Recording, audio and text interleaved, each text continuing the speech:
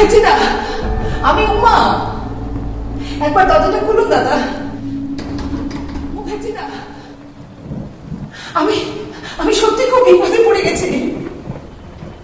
দরজাটা একবার খুলুন না মুখার্জিদা, প্লিজ। দরজাটা একবার খুলুন মুখার্জিদা, প্লিজ।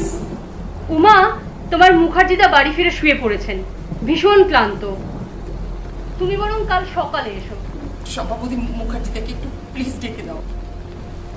বাবানের শরীরটা খুব খুব খারাপ হয়ে পড়েছে গো, ভীষণ শ্বাসকষ্ট হচ্ছে। ওকে আমি বাঁচাতে পারবো না।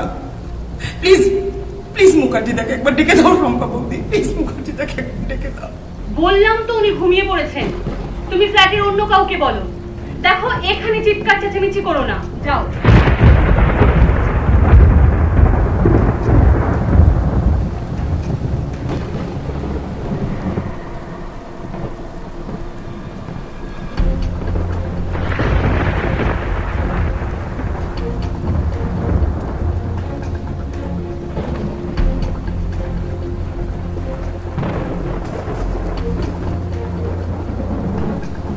Hello hello hello, শেফালিদি।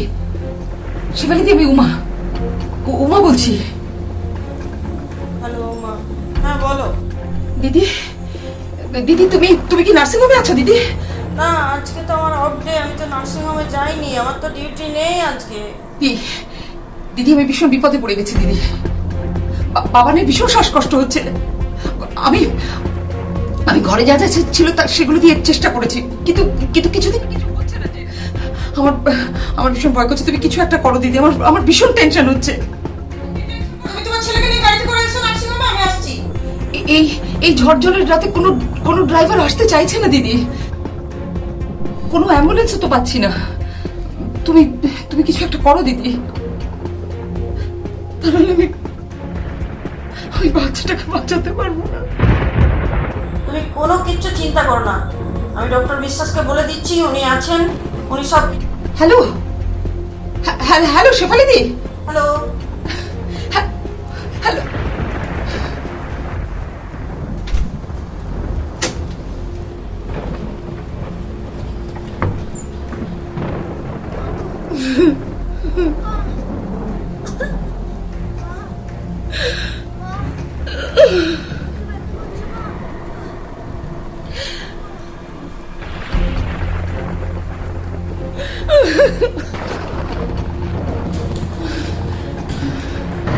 রায়বাবু, রায়বাবু, রায়বাবু, আমি উমা।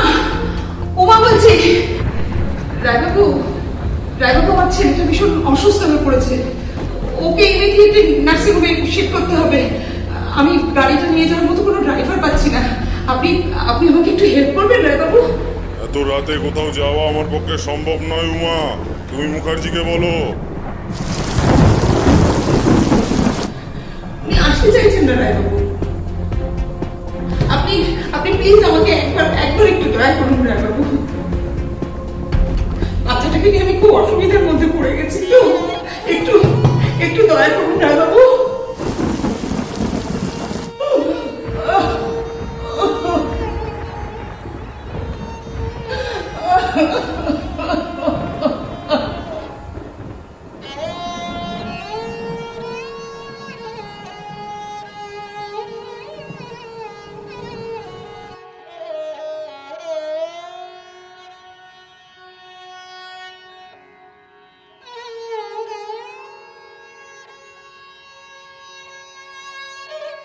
কয়েক মাস হয়ে গেল চাকরির সূত্রে নতুন শহরে আসা। ভেবেছিলাম কিছুদিনের মধ্যেই নতুন ফ্ল্যাট কিনব, কিন্তু তা আর হলো না। লকডাউনের চাপে ভাড়া করা ফ্ল্যাটেই উঠতে হলো। মা, তুমি এসে গেছো? তোমার জন্য আমি টেবিলে লেবুর জল করে রেখেছি, খেয়ে নিও। আমার একমাত্র ছেলে বাবান, ওকে নিয়েই আমার সব স্বপ্ন। 2 বছর হয়ে গেল সঞ্জয় আমাদের দুজনকে ছেড়ে চলে গেছে, তবু হাল ছাড়িনি। এই নতুন জীবনের লড়াইয়ে আমার একমাত্র বন্ধু আমার ছেলে বাবান, ওকে যে আমায় মানুষের মতো মানুষ করতেই হবে। তবে খেয়াল রাখার ব্যাপারে আমার বাবান কিন্তু আমার থেকে অনেকটা এগিয়ে। সময়ের সাথে সাথে হই আমার বাবা হয়ে গেছে।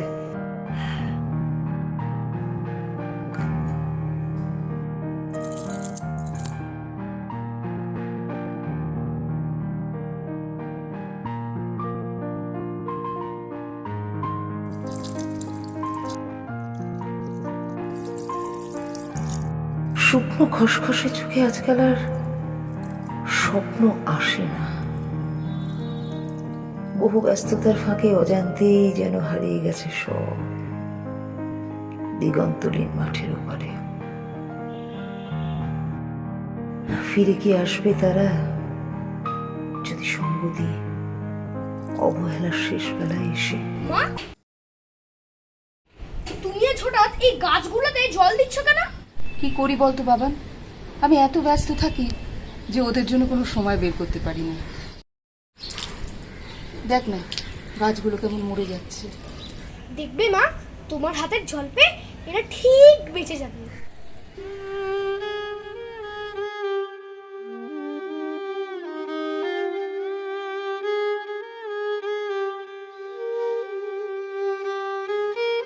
কত ধুলো জমেছিল এক লহমায়, মনে করিনি আগে।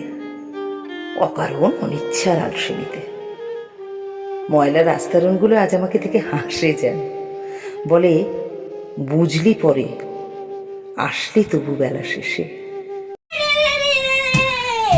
মার ঝাড়ু মেরে ঝেঁটিয়ে বিদায় কর। ওরে আমার ডাকা চদ্দা রে, অত লাফালাফি করিস না কিন্তু বাবান, আবার তোর বুকে ব্যথা উঠবে। তুমি থাকতে আমার কিচ্ছু হবে না, আমি যে তোমার বীর পুরুষ। ইয়া! ওরে আমার বীর পুরুষ রে। শুরু করে যেদিক পানে চাই, কোনোখানে জনমানব নাই। তুমি যেন আপন মনে তাই ভয় পেয়েছো, ভাবছো এলেম কোথায়। আমি বলছি ভয় করো না মাগো, ওই দেখা যায় মরা নদীর সোঁতা। চোর কাঁটাতে মাঠ রয়েছে ঢেকে, মাঝখানেতে পথ গিয়েছে বেঁকে। গরু বাছুর নেই কোনোখানে, সন্ধে হতেই গেছে গায়ের পানি। আমরা কোথায় যাচ্ছি কে তা জানে, অন্ধকারে দেখা যায় না ভালো। তুমি যেন বললে আমায় ডেকে, দিঘির ধারে হয়েছে কিসের আলো। এমন সময় আরে রে রে রে রে, ওই ঝিকারা আসতে যে ডাকছে রে।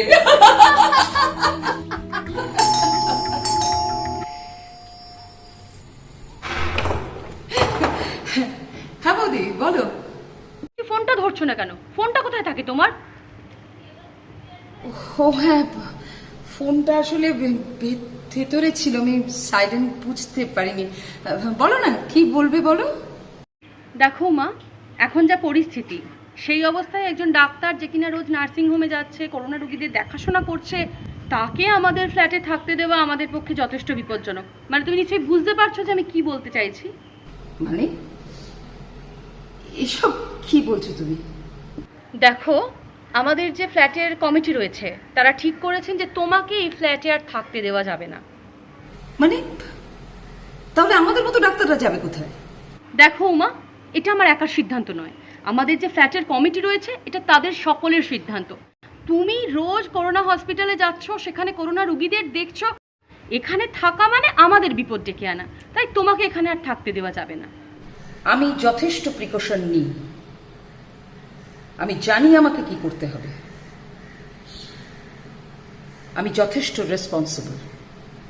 দেখো উমা, অত কথা শুনতে চাই না, তোমার 3 দিনের সময় দেওয়া হলো, তুমি গেলে ভালো, না হলে কিন্তু আমরা অন্য ব্যবস্থা নেব, মনে থাকে যেন। ঠিক আছে, চলি।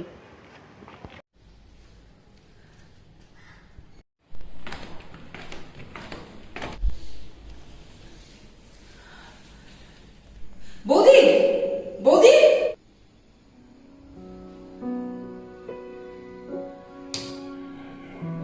Excellent.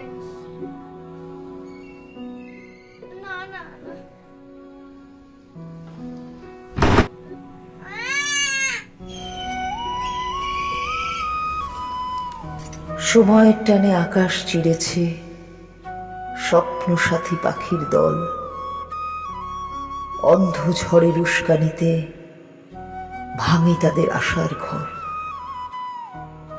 শক্তি ছিল কাল ঘুমেতে, দাঁড়িয়েছিলেন মরণ জম, পালের হাওয়া উল্টো দিকে প্রাণ ফেরালো সঞ্জীবন। পেরেছে তারা বুঝতে তখন কোনটা সময় কোনটা পথ, অন্ধকারে হাতড়ে বেরিয়ে হারালো বুঝি জীবন রথ। মা, ও মা, হ্যাঁ যাই।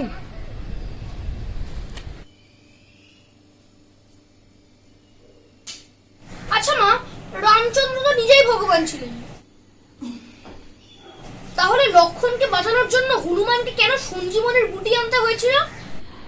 কারণ ভগবান যখন মানুষের রূপ ধারণ করে তখন তাদের ক্ষমতাটাও সীমিত হয়ে যায়। ও আচ্ছা। তবে তাদের জেতার মানসিকতা থাকে প্রবল। ঠিক তোমাদের মতো না? হয়তো তাই। তবে জানিস বাবান, আমাদের এখন সেই হনুমানকে খুব দরকার। কারণ সঞ্জীবনী বুটির সন্ধান যে একমাত্র সেই জানে। তুমি দেখবে হনুমান সঞ্জীবনীর বুটি নিয়ে খুব তাড়াতাড়ি তোমাদের কাছে চলে আসবে। তাই যেন হয়। শোনো, টেবিলে তোমার খাবারটা ঢাকা দেওয়া রয়েছে, সময় মতো খেয়ে নিও বাবান, আমাকে আবার বেরোতে হবে। কিন্তু নার্সিং হোমে গেলে তো তুমি আমার সব কথা ভুলে যাবে। কে বলেছে? আমার প্রতিদিনের লড়াইয়ে তুই যে আমার একমাত্র বন্ধু রে বাবান।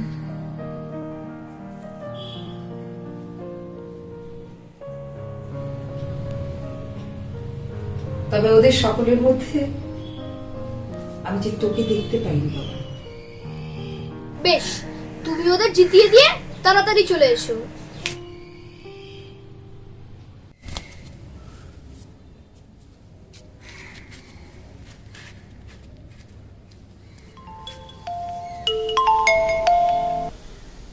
হ্যালো, ডক্টর উমাপতি ব্যানার্জি বলছেন? হ্যাঁ বলছি। শৈবাল বলছি। আপনার ছেলের সার্টিফিকেটটা তো অনেকদিন ধরে পড়ে রয়েছে আমাদের অফিসে, আপনি কবে আসছেন?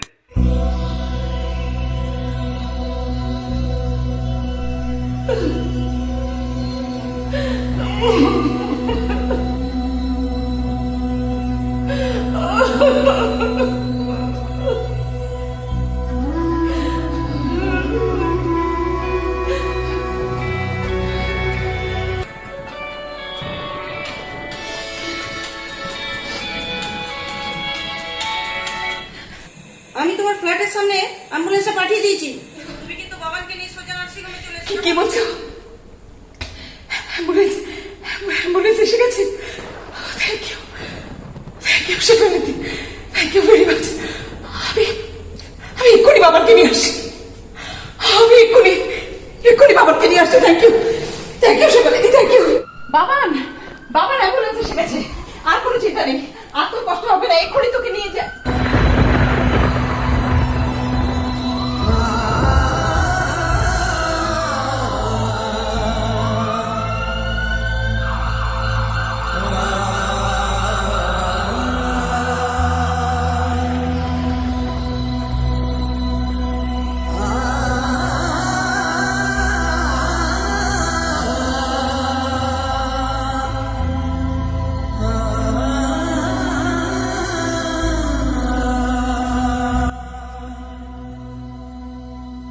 আবার আমি তোমার খোকা হব।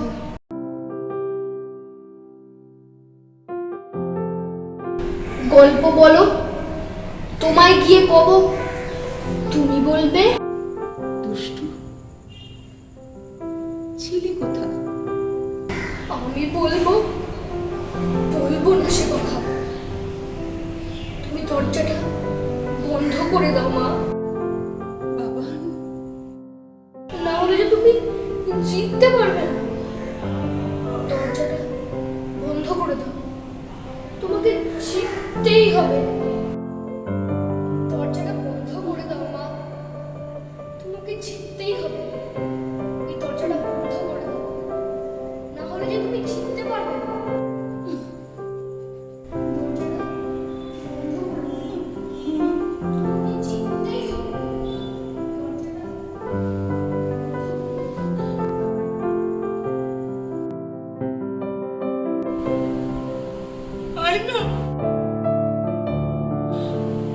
আসবি না আমার কাছে বাবা?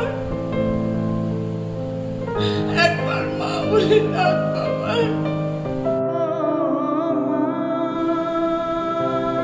একবার মা বলে ডাক বাবা।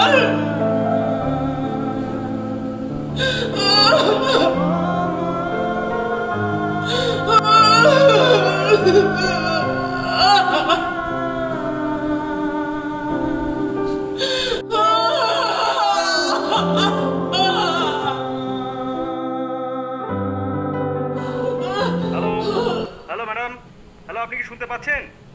প্লিজ তাড়াতাড়ি একটু বলুন, আমাদের অনেক কাজ আছে। আপনি কি আসছেন?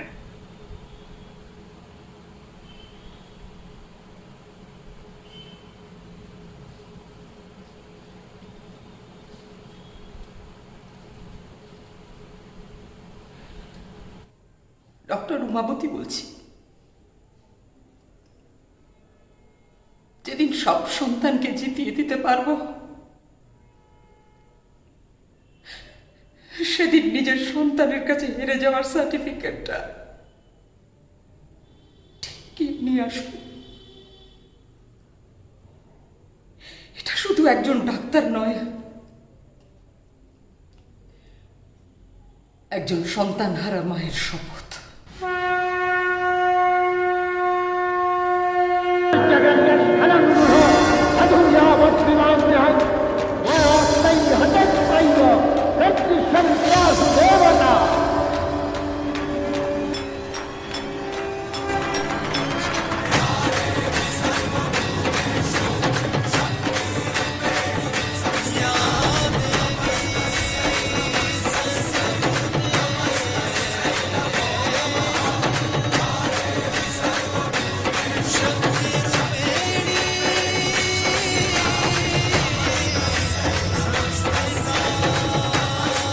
We will fight and we will win. We must